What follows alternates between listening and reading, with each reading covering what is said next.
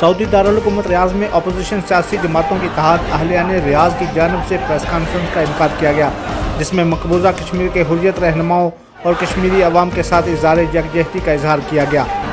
इस मौके पर मुस्लिम लीग नून के सदर खालिद अकरम राना का कहना था कि हम कश्मीरियों के हकूक़ के तहफ़्फ़ुज़ के लिए हुकूमत के साथ खड़े हैं, मगर हुकूमत को भी चाहिए कि वो सियासी ताकतों को साथ लेकर चले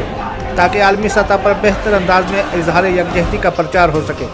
प्रेस कॉन्फ्रेंस से जमीयत अहले हदीस सऊदी अरब के सदर अब्दुल मालिक मुजाहिद,